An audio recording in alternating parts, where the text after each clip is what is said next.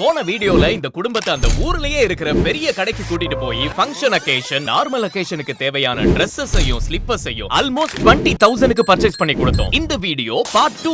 இன்னும் இந்த குடும்பத்துக்கு 2 சர்ப்ரைஸ் காத்துட்டு இருக்கு. அது என்னன்னா சர்ப்ரைஸ் டு சூப்பர் மார்க்கெட்.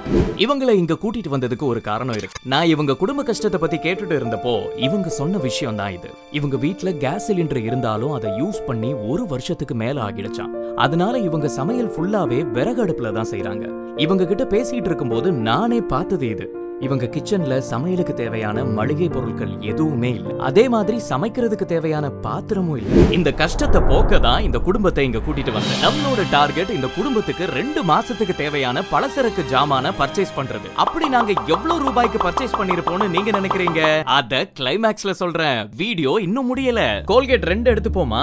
என்ன பிரஷ் வேணும்? என்ன பேபி பிரஷ் இங்க இருக்கு. பேபி பிரஷ் வேண்டாம், பெருசா தானே வேணும். ஆமா. பவுடர் எங்க இருக்கு? இங்க இருக்கு. எந்த ஆயில் வேணும்? நீயே எடு. சோப் எடுத்து போமா? ஓ சாரி, ஷாம்பு எடுங்க. இதான் ஸ்டிக்கர் போட்டா எத்தனை வேணுமோ எடுத்துக்கோ. பாப்பா உனக்கு வேண்டாமா? இல்ல எனக்கு வேண்டாம். புது Dress வாங்கின பிறகு அதுக்கு மேட்சிங்கா ஆக்சசரிஸ் வாங்கலன்னா எப்படி? வளையல், ஹேர் பின், நெயில் பாலிஷ் இப்படி எது வேணுமோ எல்லாத்தையும் வாங்கிக்கோங்கன்னு இந்த பாப்பாட்ட சொல்லிட்டேன். அவங்களும் அவங்களுக்கு தேவையான அவங்களுக்கு பிடிச்ச எல்லா பொருளையும் ஒவ்வொன்னா பார்த்து எடுத்துக்கிட்டாங்க.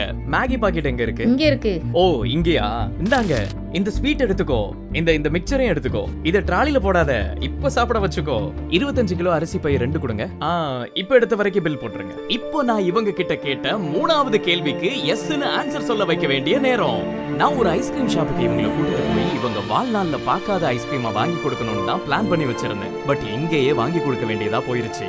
எனிவே பாப்பா 2 பேரும் ஹாப்பி தான். இவ்வளவு பர்ச்சேஸ் பண்ணிட்டு கடைசியா ஸ்கூலுக்கு தேவையான திங்ஸ் பர்ச்சேஸ் பண்ணலனா எப்படி? வாங்க அதையும் வாங்கிடலாம். ஃபைனலா pen, pencil box, notebook, scale, sketch, eraser, sharpener இப்படி ஸ்கூலுக்கு தேவையான எல்லா திங்ஸையும் பர்ச்சேஸ் பண்ணியாச்சு. ஃபைனலா நாம பர்ச்சேஸ் பண்ணின பலசரக்கு ஜாமானையும் ஆட்டோல 1 by 1 ஏத்திட்டாங்க.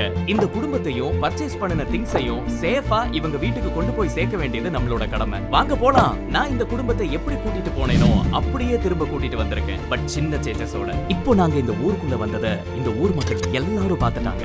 இந்த குடும்பத்துக்கு என்ன நடந்துச்சு, நான் என்ன வாங்கி கொடுத்திருப்பேன்னு இந்த ஊரே இப்போ ஆர்வத்தோட காத்துட்டு இருக்காங்க. என் டீம் இந்த குடும்பத்தோட ட்ரெஸ் அண்ட் கிராசரிஸ் ஆட்டோல இருந்து எடுத்து இவங்க வீட்டு முன்னாடி வச்சிட்டு இருக்காங்க. இந்த திங்ஸை ஏன் இங்க வைக்கிறோம்னா எல்லாம் நம்மளோட செலிப்ரேஷனுக்காக தான். இந்த சந்தோஷத்தை இப்போ நாம இந்த ஊர் மக்களோட சேர்ந்து கேக் கட் பண்ணி செலிப்ரேட் பண்ண போறோம். இந்த 2 பாப்பாவோட சேர்ந்து கேக் கட் பண்ணின தருணம் உண்மையான சந்தோஷத்தை இவங்க முகத்துல பார்க்க வச்சது. இத பார்க்க தான் நான் இவ்ளோ நேரம் காத்துட்டு இருந்தேன். இந்த அன்பான சந்தோஷத்தை சுத்தி இருக்கிற ஊர் மக்களுக்கு கேக் அண்ட் சாக்லேட் கொடுத்து என்னோட அன்பை பகிர்ந்துகிட்டேன். ஃபைனலா நான் கிளம்ப வேண்டிய நேரம் வந்துடுச்சு. நான் கிளம்புறதுக்கு முன்னாடி இவங்களுக்கு தெரியாம இவங்களுக்குன்னு வாங்கி வச்ச ஒரு பொருளை காமிக்கணும்னு நினைச்சேன். அதுதான் ஸ்கூல் யூனிஃபார்ம்.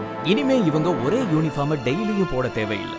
அதோட ஒரு வாக்குறுதியும் இவங்களுக்கு நான் கொடுத்தேன். இந்த ஊர் மக்கள் சொன்னதுதான் இது. இந்த வருஷம் ஸ்கூல் படிப்பை முடிக்கிற இந்த மூத்த பொண்ணு அடுத்த வருஷம் காலேஜுக்கு போகாம வேலைக்கு போக போறதா சொன்னாங்க. நான் இந்த பாப்பாவுக்கு ஒரு சத்தியம் செஞ்சேன். அடுத்த வருஷம் நீ நிச்சயமா காலேஜுக்கு போவ. அதுக்கு நான் பொறுப்பு. கடவுளுக்கு கொடுக்கிற காணிக்கையை விட ஒரு ஏழைக்கு கொடுக்கிற கல்வி மேலானது. இந்த குடும்பம் இன்னைக்கு நிம்மதியா சந்தோஷமா தூங்க போவாங்கன்னு நம்புறேன். ஒரு ஏழ்மையான குடும்பத்தோட முகத்துல சந்தோஷத்தை வர வச்ச திருப்தியோட நானும் இன்னைக்கு தூங்க போறேன். அடுத்த ஒரு குடும்பத்தோட சந்திப்போம்.